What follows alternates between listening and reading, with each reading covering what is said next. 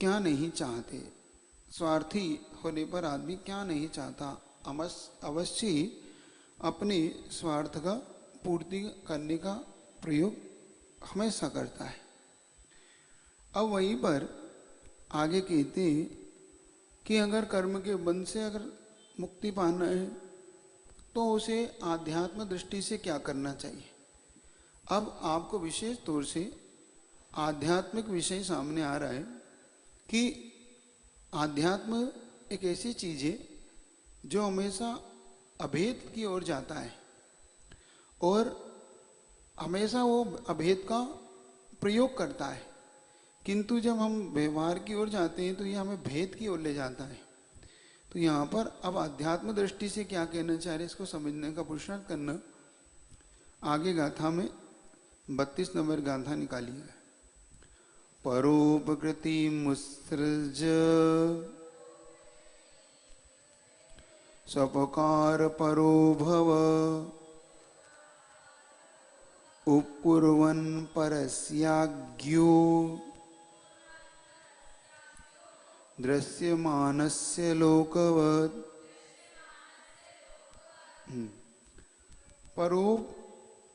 पर उपकृतम उत्सृज। अब पर के प्रति उपकार का जो अब अंदर कर्ता पाने का जो भाव है अध्यात्म दृष्टि से बता रहे, ध्यान रखना इसको, कि पर के अगर आप कर्मों से बंधना छूटना चाहते हो, क्योंकि जो आपके लिए पहले बता के आए कि आप कर्म कर्म का हित चाहता है और जीव जीवित का चाहता है। तो जीव जीवित का कब चाहता है, जब अपने अपने कल्याण की भावना करता है। और अपने कल्याण की भावना उससे कब होती है, तो पर के मैं पर का उपकार करता हूं, मैं पर का उपकार करूं, इसे छोड़ दो, पहले दिमाग से निकाल लो, ये भूत है, इसको निकाल दो कि मैं पर के लिए कुछ कर रहा हूं। अपने हित के लिए सोच लो पहले। परोपकृति मुत्सृज स्वोपकार परो भव। पहले अपने पे तो उपकार करो, अपने पे तो उपकार हो नहीं पा रहा, पर के उपकार के लिए हम दिन रात लगे रहो मुन्ना भाई है ना, मैं कर दूंगा, मैं करता हूं, मैं तुम्हारा ये कर, अपना कर लो। क्या अपना उपकार कर लो पहले, फिर बात का बाद में देख। ये अध्यात्म दृष्टि है, आध्यात्म दृष्टि से है, क्योंकि आपको पहले बता दिया आध्यात्म सबसे पहले अपनी ओर इंगित करेगा, आपको अपनी ओर लेके आएगा। जो पर की कर्ता का भाव छोड़कर वो आपको पहले अपनी ओर लेके चलेगा। क्योंकि आचार्यों का ऐसा मानना है कि जब तक ये प्राणी अविद्या अज्ञान मोह के वशीभूत होकर हमेशा पर द्रव्य को अपना मानकर उपकार करना चाहता है, किन किन कारणों से, अविद्या अज्ञान और मोह। अविद्या का मतलब होता है एक प्रकार से विद्या का अर्थ ज्ञान है ना, अविद्या यानी विपरीत, विपरीत ज्ञान होना। और अज्ञान, अज्ञान का मतलब होता है कि हमने जो मान लिया है वो वास्तविकता वैसी नहीं होना। और मोह, अब ये तीनों एक जैसे ही हैं। मोह के कारण भी, मोह के कारण मतलब ये मेरा है, ये मैं इसका हूं, इसलिए मुझे इसका उपकार करना चाहिए। देखो एक तरफ परो परस्पर पगरो जीवाना, एक तरफ सूत्र दिया आचार्य महाराजों ने, एक दूसरे का उपकार करना ही जीव का काम है। देखना कह रहे ना, परस्पर एक दूसरे का उपकार करो, जीवानाम, जीवों का एक दूसरे के प्रति उपकार होता है परस्पर पे। तो एक दूसरे के प्रति उपकार कब करता है वो, परस्पर एक दूसरे के प्रति उपकार करने की जब भावना करता है। ये व्यवहार नहीं का कथन है, गलत मिथ्या नहीं है ये कथन, करना ही चाहिए।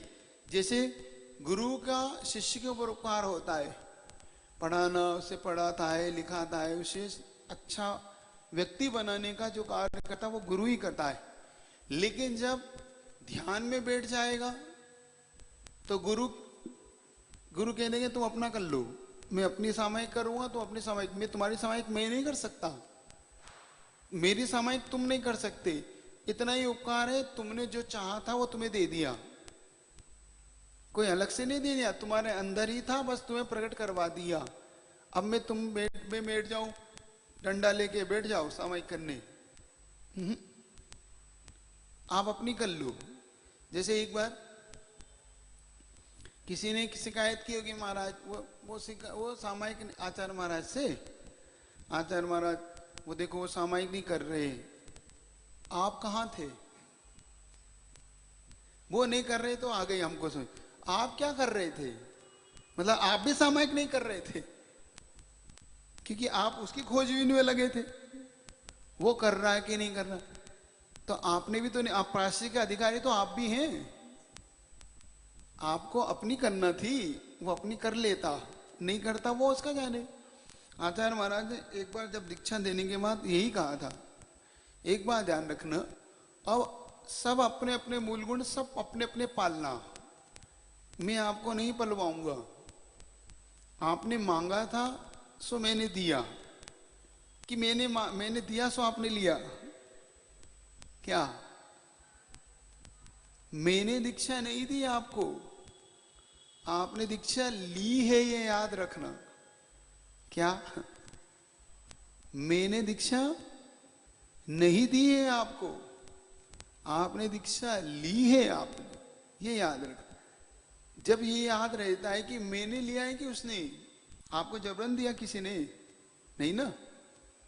बहुत बार एक बार कहने में आता है, सही बताओ जितने मुनि महाराज बनते हैं, आपने उन सबको श्रीफल चढ़ाया था कि महाराज महाराज बन जाओ आप लोग, देखो महाराज जी 3 कम 9 करोड़ कम हो जाएंगे, इसलिए कम ना हो इसलिए आप सब साधु बनो, नहीं ना? किसी ने किसी को श्रीफल तो नहीं चढ़ाया, स्वयं साधु बना है, स्वयं श्रीफल चढ़ा के बना कि मुझे मुदीक्षा दो, बोलो ना, सही बताओ किसने किसको श्रीफल चढ़ाया? आप लोगों ने। भैया देखो मुनि कम नहीं होना चाहिए भारतवर्ष में, इसलिए आप सबसे निवेदन है आप मुनि बनिए, नहीं ना? क्या जिसको मुनि बनना था उसने क्या श्रीफल चढ़ाया अपने गुरु को? गुरु महाराज अनुकंपा करके मुझे आप जैसा बना लीजिए, आप मुझे इस जैनेश्वरी दीक्षा को दीजिए।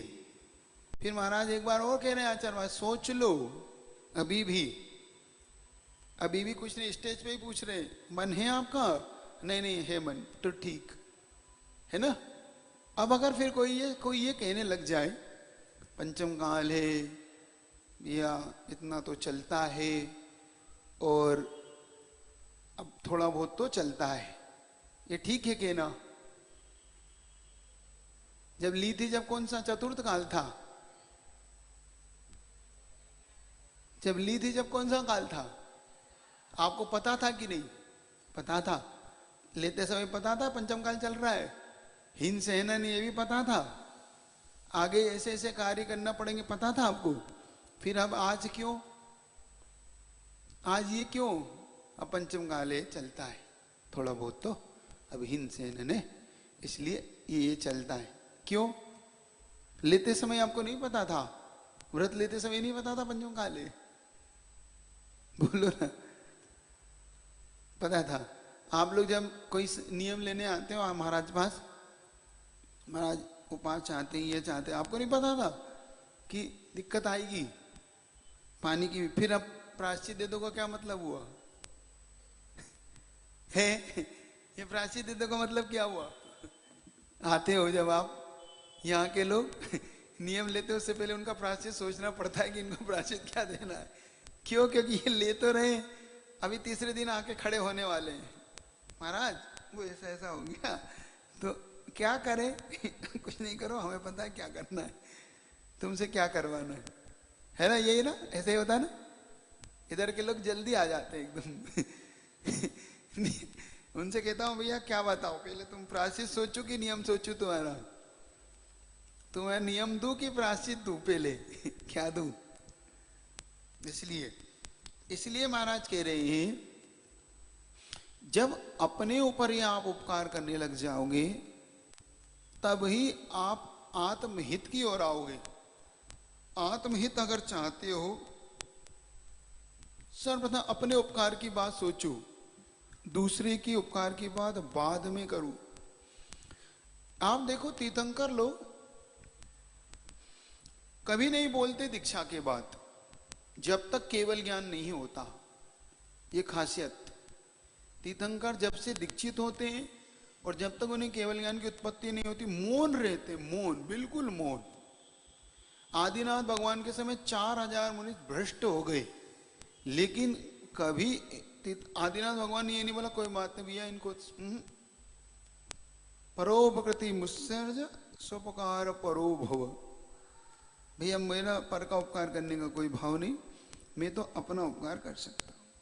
अब मैंने कल आचार्य महाराज के प्रसंग में सुना था ना, ग्वालियर का प्रसंग, कि आचार्य महाराज पर्वत पे चले जाया करते थे, तो कुछ महिलाएं आके, मतलब कुछ पुरुषों ने निवेदन किया, महाराज दोपहर में आप वहीं रहें, आपका निवास, तो महिलाओं को थोड़ा स्वाध्याय मिल सकता है, ताकि आप यहाँ आने में थोड़ा उनको दूरी होने कारण आ नहीं पाते। तो आचार्य महाराज ने क्या जवाब दिया, मैं अपने आत्म कल्याण के लिए निकला हूँ, उनके कल्याण के लिए नहीं निकला हूँ। बस इतना उनका जवाब संतुष्ट भरा था। जिसको आना है वो ठीक, नहीं आना तो कोई बात नहीं, मैं सुबह प्रवचन करके आया हूँ, उसको सुने, उसको ही आप देख लो। कितनी बड़ी बात है आचार्य महाराज की। इसको कहते हैं अपने कल्याण, अपना हित में लग जाना। और यही सोच के ज्ञान सागर महाराज ने आचार्य पद ग्रहण किया था। आपको बताया था कि ये मात्र अपना हित करेगा, पर का हित करवाना हो तो इसे आचार्य पद दो, नहीं तो नहीं करने वाला है पर का हित। इसलिए अब यहाँ पे आचार्य महाराज कहते हैं, जो स्वयं का हित करेगा वही पर का हित भी करेगा। एक बात ध्यान रखो, जिसने मतलब स्वयं गरीब हो तो किसी को क्या दान देगा? पहले कुछ कुछ के पास होगा, धन इत्यादि होगा, तभी तो कुछ देगा। भिखारी भिखारी को क्या दे देगा? कुछ नहीं देगा। मैं भी मांगने वाला, तू भी मांगने वाला, दोनों मांगने वाले हैं, इकट्ठे हो गए, तू मुझे दे मैं तुझे देता हूं, क्या देगा? कोई किसी कुछ नहीं दे। अज्ञान अज्ञान को देगा, ज्ञानम ज्ञानी समाश्रया, अज्ञानोपास्त्र ज्ञानम ज्ञानी ज्ञानम समाश्रय। ये याद रखना, पीछे निकल गई है। अज्ञान अज्ञान को देता है और ज्ञान ज्ञान को देता। पढ़ के आए ना अपन 23-24 नंबर की गाड़ी, भूल गई? अच्छा अच्छा, वो आपका ज्ञान कितना बढ़िया है। मतलब आप सिर्फ धार्मिक बातें भूल जाते हैं, घर की बातें आप नहीं भूलते, दूसरे का किया हुआ कुछ नुकसान नहीं भूलते, दूसरे ने आपको थोड़ी सी चोट पहुंचाई इसको आप नहीं भूल पाते, है ना? याद रहती है आप लोगों को। महाराज वो तो मुझे आज तक याद है, वो उस दिन उसने इतने साल पहले जो मुझे बोला था, आज भी दिल में चुभता है कांटे की तरह। कैसे चुभता है? आज तक महाराज, अभी तक चुभ रहा। और गाथा परसों की भूल गए, 3 दिन पहले की गाथा आप भूल गए, और सालों पुराना आपको याद है कि क्या हुआ था। महाराज जी, सगा भाई ने मुझे ऐसा कहा था, मैं आज तक नहीं भूल पाता हूँ। सगी बहन ने मुझे ऐसा बोल दिया था, मेरे मन में आज भी चुभती है वो बात। बहुत बढ़िया। और गाथा वो तो याद ही नहीं, कौन सी पढ़ाई थी आपने, कब पढ़ाई थी, वो तो याद ही नहीं। ये तो याद करो। तो परोपकृति, परोप का उपकार तब कर पाओगे जब पहले अपने ऊपर। तो तीर्थंकर क्यों नहीं बोले? विशेष इसलिए बता रहा था मैं, तीर्थंकर इसलिए मौन रह गए कि उन्होंने पहले अपना उपकार किया, कि मुझे तो केवल ज्ञान हो जाए, मैं तुम्हें क्या ज्ञान का उपदेश क्या दे दूं, केवल ज्ञान करो केवल ज्ञान करो। आपको हो गया, आपको हो गया, नहीं हुआ तो पहले आप कर लो अपना। ऐसा हो जाता ना बहुत बार, जैसे माता पिता कहते हैं बेटा ये कर ले, बेटा ऐसा, आपने करा कभी? जैसे कोई कल परसों बता रहा था, कोई होगा आपके यहाँ सीरियल ले लेना आपका जो भी हो, उसमें उसका पिता कहता हो बेटा पैर पढ़, पैर छू ले। तो बब्बा तुमने कभी पढ़े अपने पिता के? मुझसे कह रहे पैर छू, तुमने कुछ किया कभी? मुझसे कह रहे पैर छू पैर छू, तुमने ही नहीं छुए कभी किसी के, है ना? ऐसे होता ना।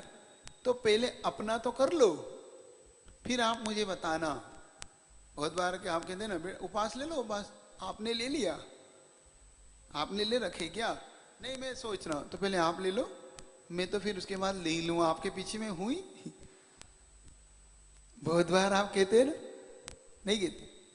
कहते हैं, कोई आपको राय देता है, कोई देता है, आप ले लो कोई बात नहीं, मैं सोचूं, हाँ तो पहले आप सोचो, मैं तो आपके पीछे हुई, पहले आप कर लो। तो स्पष्ट यही है कि पहले अपना कर लो, अपना करोगे तभी आप दूसरे के लिए कुछ कर पाओगे, कुछ करने योग्य हो पाओगे, वरना सारा कार्य पर के ऊपर छोड़ दोगे। इसको आचार्यों ने मात्र अज्ञानता बोला है, मात्र अविद्या बोला है, मोह बोला है कि व्यक्ति अज्ञानता, मोह और अविद्या के कारण इस प्रकार से बार बार चिंतन किया करता है। अब पर से क्या लेना, यहां पर दो चीज, आत्महित और शरीर हित। अब देखना, अब पर से पर पे मत जाओ, पर पे क्या चले जा रहे? अभी तक जैसे आपसे पर बोला तो कहा अड़ोसी पड़ोसी, इनमें चले गया, परिवार संबंध। यहां पे पर क्या? शरीर। ये शरीर क्या है? पर। और अध्यात्म में आत्मा स्व। तो शरीर का उपकार करने की वजह अपना उपकार करो, आत्मा का उपकार में लगो, यह स्व का उपकार है। यहां पर अध्यात्म समझने की थोड़ा पुरुषार्थ करना, गाथा बड़ी कठिन है लेकिन बड़ा आनंददायक है। एक बार समझ में आए तो कर्तापना अपने से निकल सकता है। हमारे मन में जो कर्तापना बैठ जाता ना, मैं मेरे कारण हुआ, नहीं, आप सब अपना अपना कर रहे हैं भैया, कोई किसी। उत्तम स्व आत्म चिंता देह चिंता च मध्यमा, अधमा काम चिंता पर चिंता धमाधमा। उत्तम स्व आत्म चिंता सबसे अच्छी है आत्मा की, देह चिंता, देह की चिंता होना मध्य में, अधमा काम चिंता और पंच इंद्रिय के विषयों की चिंता अधम है, और अधम से अधम है दूसरे की चिंता। दूसरे की चिंता, ये इसका, ये चीज का, कोई किसी का कुछ नहीं, पहले अपना कर लो, फिर देखेंगे कौन किसका क्या है। इसीलिए तो अब प्रश्न सबसे पहले ये कि विज्ञता क्या है। विज्ञता का मतलब होता है भेद विज्ञान, स्व आत्मा का और पुद्गल का, शरीर इत्यादि का। जब एक बार भेद विज्ञान जानने में आने लग जाता है, तब जीव अपने इस पुद्गल को छोड़कर आत्मचिंता की ओर लगने लग जाता है। इसलिए आचार्य महाराज को कहना पड़ा, आदि हिदम कादव्यम जद सक्कदी पर हिदम च कादव्यम। आद हिदम पर हिदादि आद हिदम सुट्टु कादव्यम। पहले आत्मा का हित करो, फिर जस सक्कदी, जब अगर शक्ति है तो पर हिदम कादव्यम, पर के लिए कुछ सोचो। आद हिदम परिहादा, अगर आत्मा का हित और पर के हित में से अगर चुनना पड़े तो श्रेष्ठ यही है कि आत्मा का हित।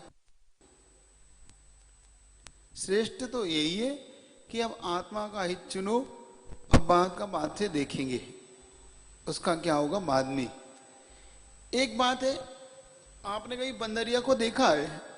देखा होगा। उसके पास एक बच्चा होता है, वो अपने बच्चे को सबसे ज्यादा चाहती है, मतलब उसके लिए वो सबसे भिड़ सकती है, लड़ सकती है।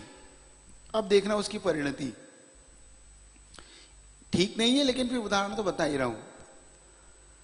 मान लो बरसात हो रही हो और पानी आने लगे, पानी, तो वह क्या करती है? बच्चे को लेकर वृक्ष पे चढ़ जाती है।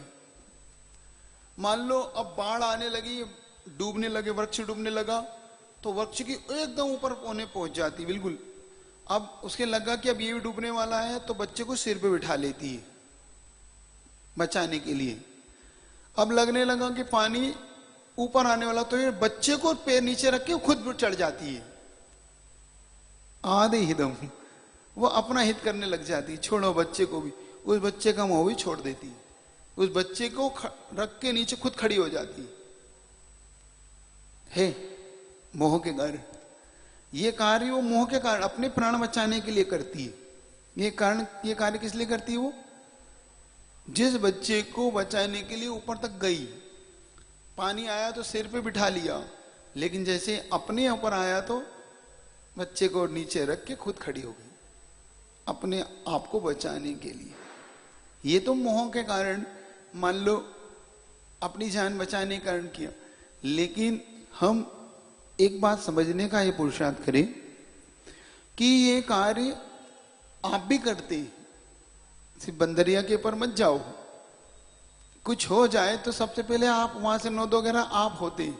अपना तो बच्चों बात का बाद में देखेंगे, जिसका जो हो रहा है तो अपन तो निकलो यहां से चुपचाप।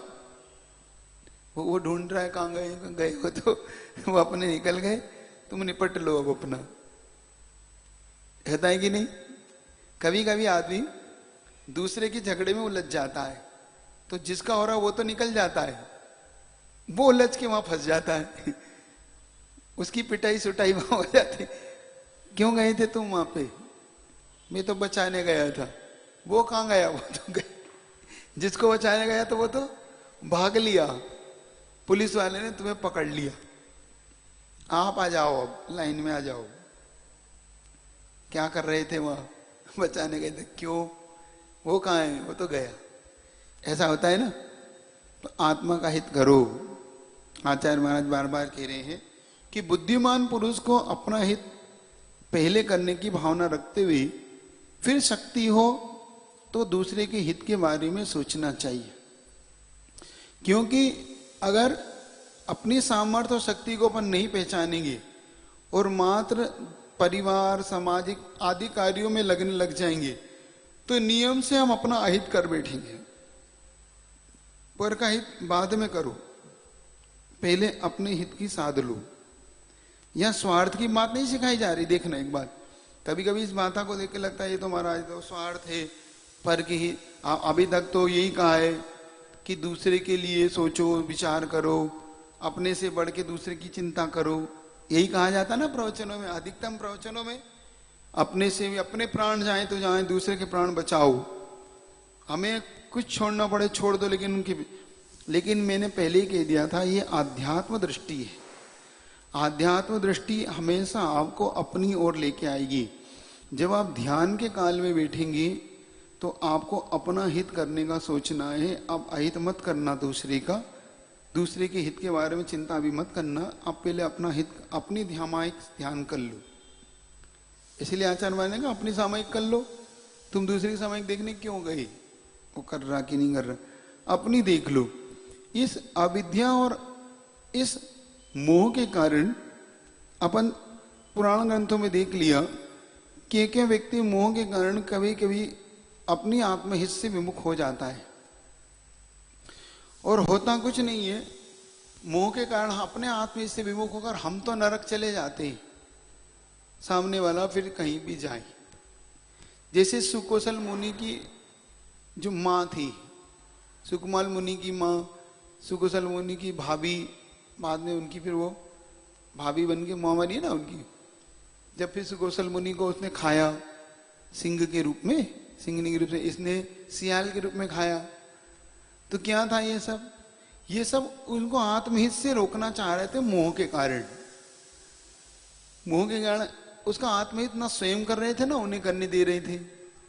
और उसी का ये दुष्परिणाम निकला कि स्वयं अहित कर बैठे अपना।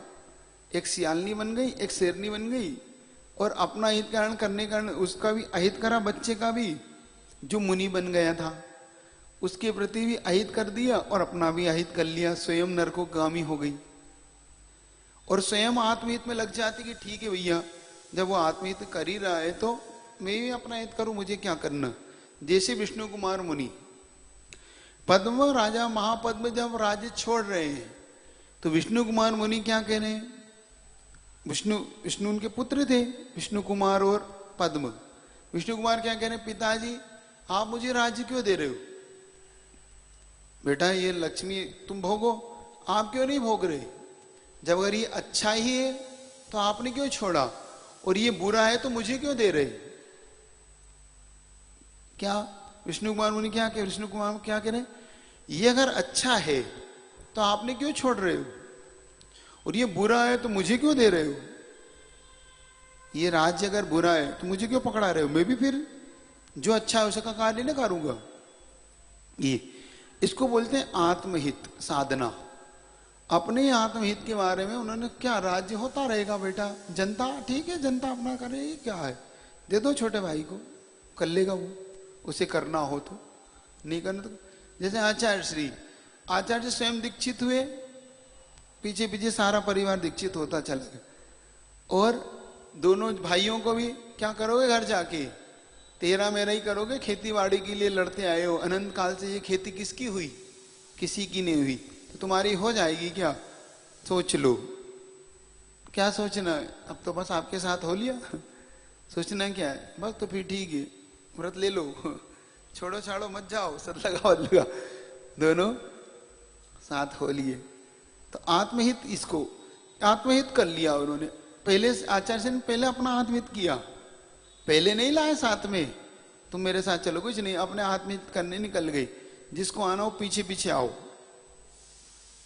क्या समझ में आ रही बात आत्महित की, नहीं आ रही, कठिन है, थोड़ी कठिन लग रही गाथा, कठिन तो लग रही। तो आध्यात्म दृष्टि से सर्वप्रथम व्यक्ति अपने हित के बारे में सोचता है, लेकिन हम जब व्यवहार दृष्टि से देखते हैं तो फिर सबके बारे में सोचता है।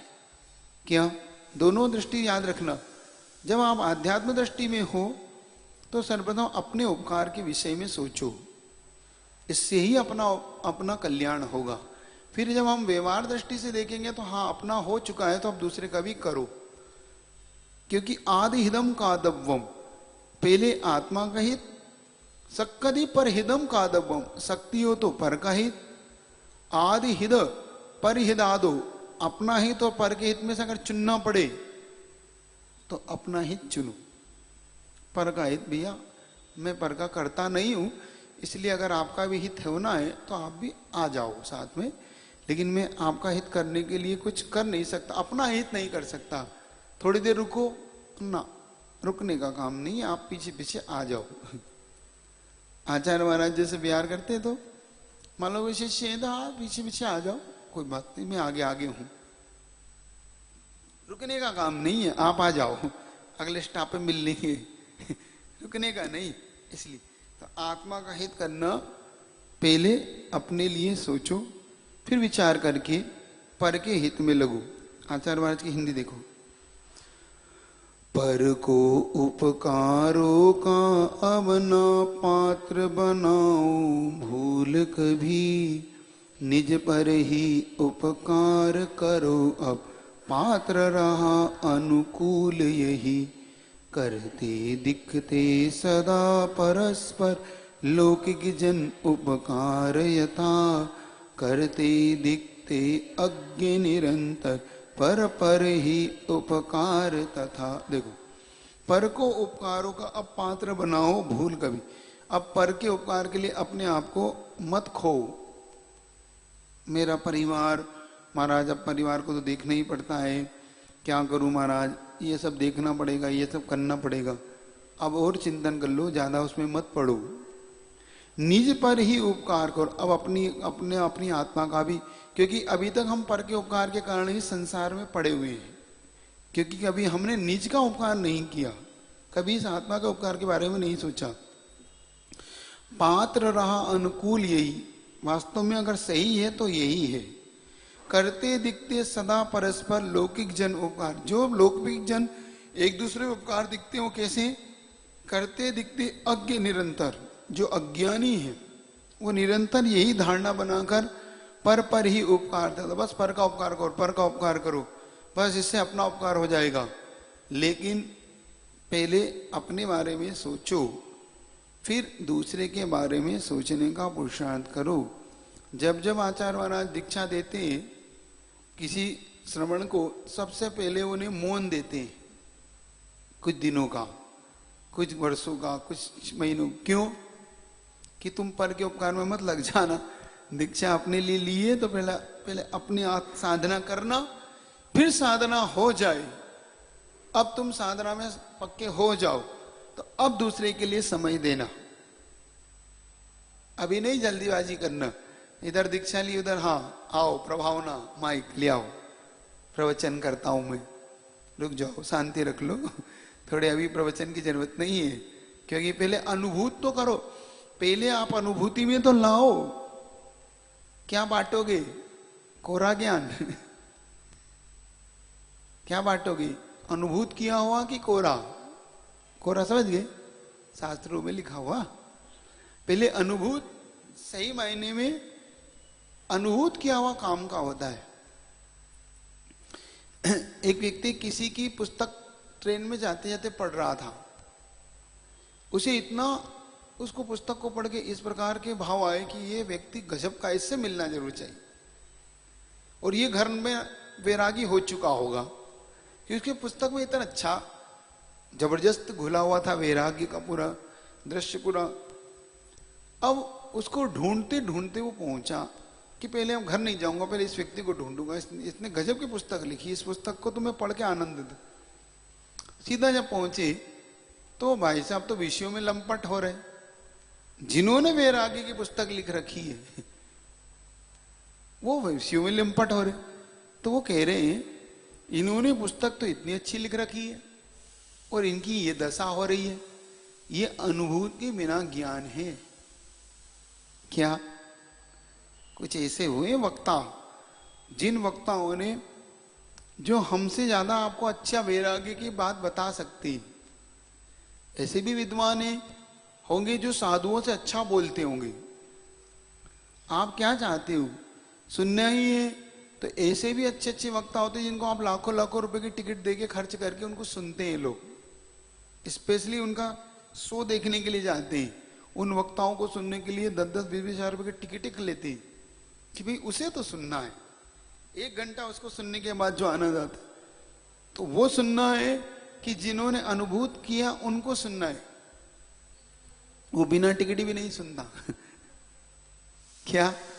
उनकी बात बिना टिकट भी नहीं सुनना चाहते और जिन्होंने अनुभूत नहीं किया से उनके लिए टिकट देके रुपया लगा के वहां सुनता है। इससे क्या समझ में आती व्यक्ति की धारणा,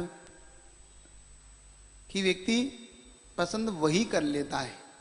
लेकिन आचार्य महाराज क्या कह रहे हैं, पहले उस तरफ जाओ जिन्होंने आत्महित के लिए अपना हित चुना है, तभी आपको समझ में आएगा कि इन्होंने हित किया है तो ये मार्ग मेरे भी हित का है। फैसला तभी होगा ना। कभी भी उस व्यक्ति से राय मत लो जो स्वयं घाटे में है ना, नहीं लेना चाहिए ना। एक छोटी सी घटना करके आपको पूरी करता हूं, बहुत दिन हो गए आपको घटना नहीं सुनाई, आपको भी सुनने का मन तो हो रहा है, नहीं हो रहा? बोल तो नहीं, नींद तो नहीं आ रही? पूछ लेता हूं, कभी नींद आने लगती है ना, ठीक, जागते रहो। हुआ ये, एक मुल्तान नगर है, आपको ध्यान होगा, पाकिस्तान में है मुल्तान शहर, है ना, वहां पे मुल्तानी मिट्टी मिलती है, आपको ध्यान होगा। मुल्तानी मिट्टी जो ये विशेष तौर से बाल इत्यादि धोते ना महिला वर्ग, या हाथ वाथ धोते जो लोग, उसमें काम आती। तो वहां से कुछ ऊंट पर मुल्तानी मिट्टी के रख के चला। जब उसे राजस्थान से गुजरना था, क्योंकि राजस्थान से दिल्ली आना था उसे, अब जब वो लेके चला तो रास्ते में भाई मिट्टी लोगों ने खरीदना भी शुरू कर दी कि भाई हमें भी दे दो, हमें दो, बिकने लगी। तो बैलेंस अनबैलेंस होने लगा, जब मिट्टी बिकेगी तो अनबैलेंस होगा। तो उनके नौकर पूछते हैं कि मालिक क्या करें? कुछ नहीं, जितनी मिट्टी बिकती जाए उतनी रेत भरते जाओ, रेगिस्तान से गुजरने, रेत डाल लो इसमें। तो उसने कहा ठीक है। इतने में एक व्यक्ति उधर से गुजर रहा था जो दिल्ली से आ रहा था और अपने जा रहा था। तो उस व्यक्ति ने कहा नौकरों से, तुम कितने अज्ञानी लोग हो, जब तुम्हारी मुल्तानी मिट्टी इतनी कम हो रही तो इनको 2 भागों में बांट लो ना भाई, इसको जब 2 तरफ लटका हुआ तो इसको आधी आधी कर लो। ये रेत का वजन क्यों ढोते हो, ये रेत का वजन क्यों ढोते हो? बात सही थी। अब बात सही थी तो वो मालिक के पास पहुंचेंगे, मालिक एक व्यक्ति आया और ऐसा ऐसा कह रहा है। उसने कहा कौन है व्यक्ति? ठीक, बुलाओ उसको। आप कहाँ से आ रहे? मैं दिल्ली से आ रहा हूँ। कहाँ जा रहे हैं आप? क्यों? घर जा रहा हूँ। क्यों, आपको क्यों जाना पड़ रहा है? तो बताइए मुझे व्यापार में बड़ा घाटा लगा है, मुझे घाटा लगा इसलिए जाना। ठीक, पधारी। नौकरों से कहा कुछ नहीं करना है, जैसा कहा वैसे, मैंने जितना कहा उतना कर। नौकरों ने पूछा क्यों? कि जो खुद घाटा खा के आया है। उसकी राय कहाँ मानेंगे अपन। चलो कुछ नहीं, रेत भर लो। रेत लेके पहुंचा। युग से युग की बात थी, उसी समय दिल्ली के बादशाह का स्वास्थ्य खराब हुआ और उसने एक तरफ मुल्तानी मिट्टी का ढेर लगा लिया और एक तरफ रेत का ढेर लगा लिया जो लाया था। तो वेद ने बताया कि अगर बादशाह को रेत के ढेर के अंदर रखा जाए तो ये इनका स्वास्थ्य ठीक हो सकता है। क्या? बादशाह को इस समय रेत की जरूरत है, क्योंकि इन्हें जो उनका रोग है वो रेत के अंदर ये रहेंगे तो इनका स्वास्थ्य ठीक हो जाएगा। अब वो वहां कहाँ रेगिस्तान जाने, जब तक तो बादशाह ही चला जाएगा। तो इनका इनका कहाँ ढूंढे रेत, उनके ढूंढो, ये दिल्ली है, सब कुछ मिल सकता है। तो वो देखता है कि रेत का ढेर लगा हुआ है। उनके यहाँ बेचते हो? हाँ बेचते। किसको चाहिए? बादशाह को। ले लो। पता था जब बादशाह ले रहा है तो कोई कमी नहीं आएगी, मतलब मुल्तानी मिट्टी से कई गुना रुपया इसका मिलने वाला। इधर वो रेत का ढेर ले गए, उधर बादशाह का स्वास्थ्य कुछ दिनों में उससे ठीक हो गया। जैसे ही पूछा बादशाह ने ये कैसे ठीक हुआ, तो रेत का ढेर, बुलाओ उसको जिसने हमें उसे उपहार के तौर पे, इनाम के तौर पे बहुत कुछ दिया उसने। अब आपसे ये पूछना चाहता हूं, अगर वो व्यक्ति उस व्यक्ति की बात मान लेता तो क्या होता? घाटा नहीं, बहुत महान घाटा होता। इसका मतलब ये तय है, राय उसी की मानो जो स्वयं फायदे में हो। घाटे वाले की राय मानना नहीं। समझ आ रही? आत्महित चाहते हो तो उससे उसके पास रहो जिसने अपना आत्महित कर लिया है, या आत्महित की ओर है। ये कोरे ज्ञान बांटने वालों से बचो। बात आ रही समझे? ये कड़वे ये मीठे प्रवचन देके थोड़ा इनसे बचो कि भाई ये पंडित लोग, विद्वान लोग बढ़िया बढ़िया लक्ष्यधारी बातें कहीं के आपको अगर उस ओर आकर्षित करते हैं, तो जिससे अच्छा जो कोई आत्महित वाला कड़वे प्रवचन दे तो ज्यादा अच्छा, उसका कठोर प्रवचन सुनना अच्छा। जो लक्ष्यदार प्रवचन दे के आपको आत्महित ना करा सके तो उससे बचिए। समझ में आ रही है आपको? इससे बात समझ में आ गया आत्महित क्या करना? ठीक। तो आचार वाच की याद रखना कि हम अगर विज्ञ हैं तो आत्महित करें, अज्ञ हैं तो परहित के लिए पुरुषार्थ करें, किंतु विज्ञ होके पहले हित करके फिर पर के हित के लिए विचार करें। आदि हिदम कादव्यम जम सक्कई पर हिदम, है ना? आदि हिद पर हिदादो, अपना हित पर हित की बात है तो आदि हिदो, अपना हित करना उचित है। चलिएगा, इतने रख ले, आपका समय। जिन वाणी के ज्ञान से सूझे लो कालो, सो वाणी मस्तक धरो सदा दे दो। हे जिन वाणी भारती तो हे जो तेरी